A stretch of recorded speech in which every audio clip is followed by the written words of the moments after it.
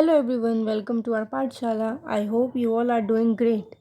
So we have already discussed about how we can solve an equation using some elimination method. हमने elimination method को use किया था, मतलब जैसे कि मैंने आपको बताया था कि कैसे हमें वेरिएबल की वैल्यू फाइंड करने के लिए उसे पहले अकेले करना पड़ता है, फिर हम सेम पावर यूज़ करके कैसे उसके जो सिपाही हैं या फिर हम कहें नंबर्स हैं उनको हम कैसे एलिमिनेट कर देते हैं, राइट। इस तरीके से मैंने आपको ये बहुत अच्छे से सिखाया था। तो आज हम एक्सरसाइज 4.2 स्टार्ट करेंगे। We will start with question number 1। ठीक है, question number 1। This exercise is very simple, really very simple. ठीक है, इसमें आपको कुछ नहीं करना, इसमें बस आपको वैल्यूज़ फाइंड करनी है एंड स्टेप्स लिखने हैं। ठीक है, आप देखेंगे कि कैसे। ठीक है, so let's start with this wonderful exercise. So question number 1 says give first step you will use to separate the variable and then solve the equation. So you have given with the equations, आपको equations दे रखी हैं and what you have to do is you have to give first step. ठीक है, जो आप first step use करेंगे वो आपको लिखना है एंड देन आपको वेरिएबल की वैल्यू फाइंड करनी है। सॉल्व द इक्वेशन का मतलब क्या होता है कि आपको वेरिएबल की वैल्यू फाइंड करनी है। अगर आगे भी आपको ऐसा लिखा है सॉल्व द इक्वेशन, तो आपको ऐसे कंफ्यूज नहीं होना कि क्या solve the equation. Solve the equation का मतलब होता है that you have to find the value of the variable which is given in the question. So हमें पहले फर्स्ट स्टेप जो है वो लिखना है एंड देन फर्स्ट स्टेप जो आप यूज़ करेंगे अपने जो वेरिएबल है उसको सेपरेट करने के लिए। मैंने आपको कल भी बताया था कि आपको जो वेरिएबल है उसको सेपरेट करना पड़ेगा, तभी आप उसकी वैल्यू को फाइंड आउट कर पाएंगे। सो हम स्टार्ट करेंगे with A part. So A part says x minus 1 is equal to 0, right. x minus 1 is equal to 0। So आप क्या स्टेप 1 लगाएंगे इसमें। मैंने आपको कल भी बताया था कि अगर ऐसे इक्वेशन हो तो आपको वेरिएबल को अकेले लेके आना है। So x minus 1 is equal to 0 है, तो आप क्या करेंगे, ऐड 1 बोथ साइड्स।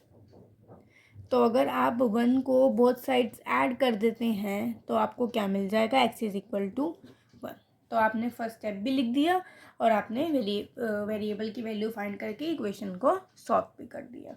ठीक है, okay. D part says x plus 6 is equal to 2।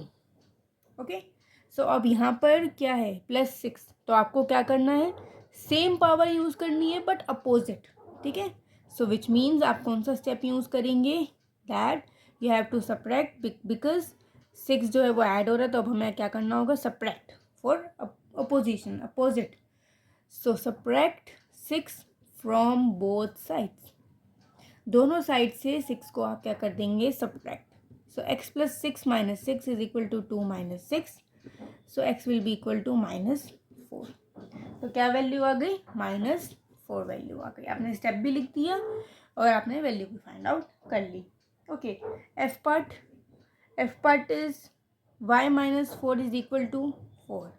Okay, again what we have to do, add 4 both sides। ठीक है, क्योंकि -4 था तो अब हमें क्या करना होगा, हमें +4 करना होगा। So y minus 4 plus 4 is equal to 4 plus 4, y will be equal to 8। Okay, y is equal to 8। Okay, next part is h part is y plus 4 is equal to -4। +4 है, so you have to subtract 4 both sides. So what you will get, y plus 4 minus 4 is equal to -4 minus 4. Y plus 4 minus 4 will be 0, which is equal to -4 minus 4 -8. So value will be -8. Okay, सो इस तरीके से आपको इसका step भी लिखना है। Step पूरा आपको लिखना होगा कि ये स्टेप है, जैसे कि मैंने लिखा है सब्ट्रैक्ट 4 बोथ साइड्स। ये भी क्वेश्चन में पूछा है, ये नहीं कि आप डायरेक्टली कर दिया। अगर आपसे जो चीज़ पूछी गई है अगर आप वैसे आंसर नहीं करेंगे तो आपके मार्क्स डिडक्ट हो सकते हैं। सो आपको मेक श्योर करना होगा जैसा कि आप पढ़ें, क्वेश्चन को केयरफुली पढ़ें और जो पूछा गया है वो अच्छे से आप कर दें। ठीक है, ओके, क्वेश्चन नंबर 2 पर चलते हैं। अगेन क्वेश्चन नंबर 2 में भी क्या करना है हमें, फर्स्ट स्टेप लिखना है, you will use to separate the variable and then we have to solve the equation. ठीक है, इट्स सेम। बी पार्ट से हम शुरू करते हैं। b minus 2 is equal to 6। ठीक है, इसमें b बाय 2 है। Again what you have to do, multiply, क्योंकि डिवाइड था तो उसका अपोजिट क्या हो जाएगा, multiply to both sides. So क्या होगा, b by 2 into 2 is equal to 6 into 2। So 2 से 2 क्या हो जाएगा, कैंसिल हो जाएगा। सो b की क्या वैल्यू आ जाएगी, 12। ठीक है, b की वैल्यू क्या आ गई, 12। Okay, next is our d part. 4x is equal to 25. So what you have to do, multiply है 4, so we have to divide 4 both sides. So what will happen, 4x by 4 is equal to 25 by 4. 4 से 4 cancel out हो गया, सो x की value क्या आ गई आपके पास, 25 by 4। ठीक है, ये हमने फर्स्ट स्टेप भी लिख दिया और हमने वैल्यू भी फाइंड आउट कर ली है। Okay, F part is z by 3 is equal to 5 by 4। Again divide है, so multiply 3 both sides. So what will happen, z by 3 into 3 is equal to 5 by 4 into 3. 3 से 3 cancel out, z will be equal to 15 by 4. 15 by 4 will be the value of z. Okay. H part, 20t is equal to minus 10. ठीक है, again divide 20 both sides. ठीक है, 20 both side से हम divide करेंगे। 20t by 20 is equal to minus 10 by 20। 20 से 20 cancel, इसको भी हम रिड्यूस कर देंगे, we will get minus 1 by 2। It will be the value of t। Okay okay, let's move to question number 3। Question number 3 से give the steps you will use to separate the variable and then you have to solve the equation. अब इसमें सिर्फ first step नहीं बताना है, इसमें सारे steps बताने हैं।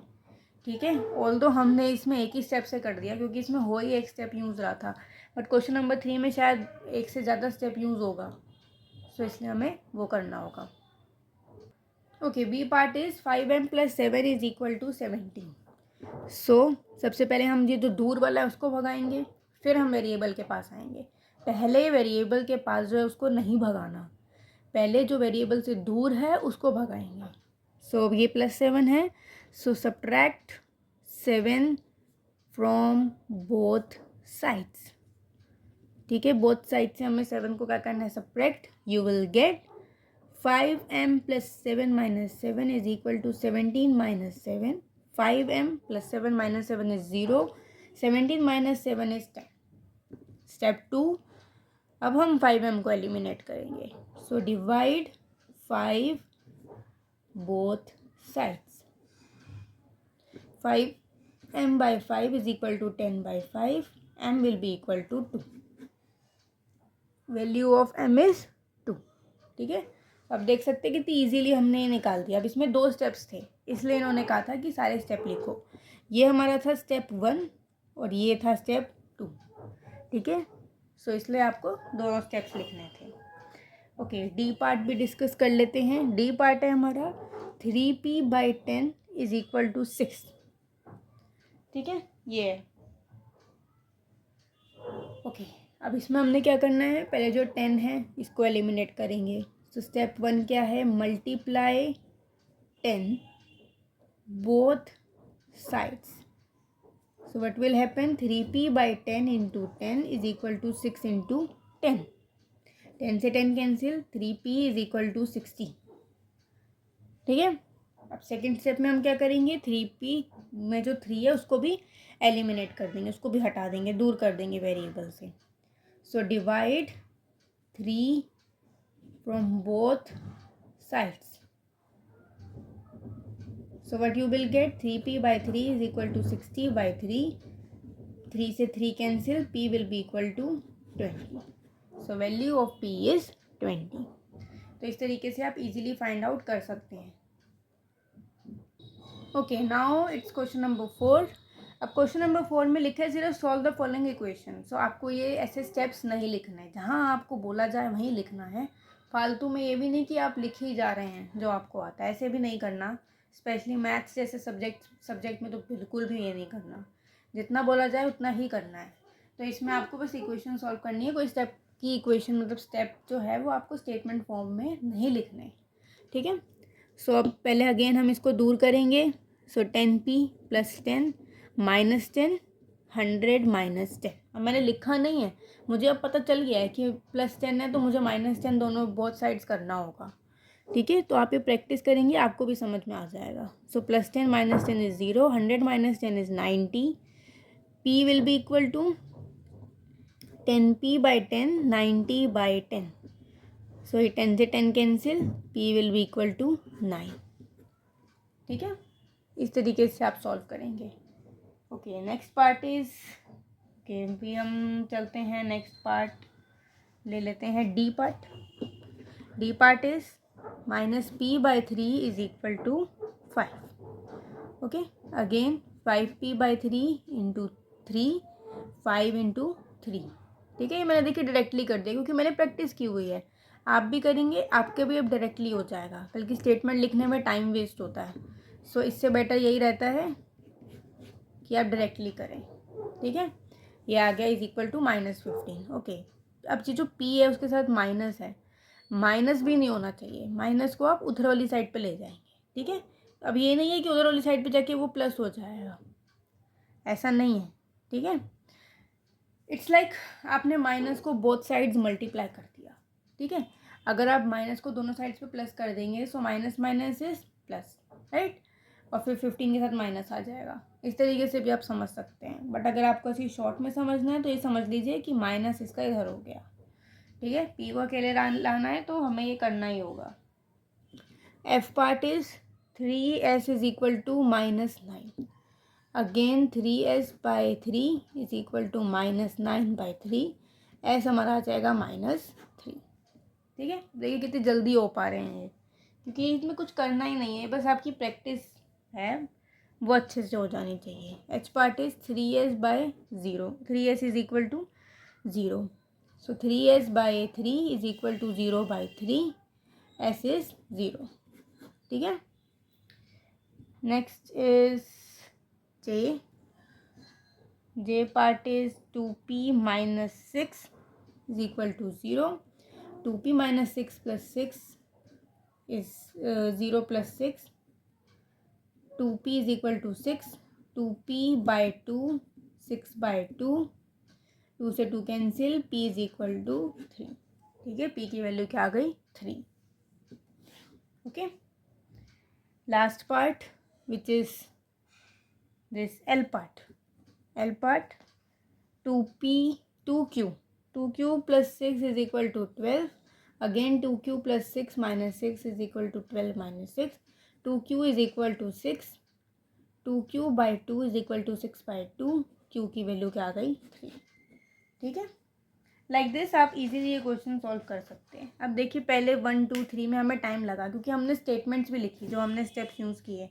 बट अब हमें आगे ये जो 4th क्वेश्चन था उसमें स्टेप्स लिखने की ज़रूरत नहीं पड़ी क्योंकि हमें प्रैक्टिस हो जाएगी.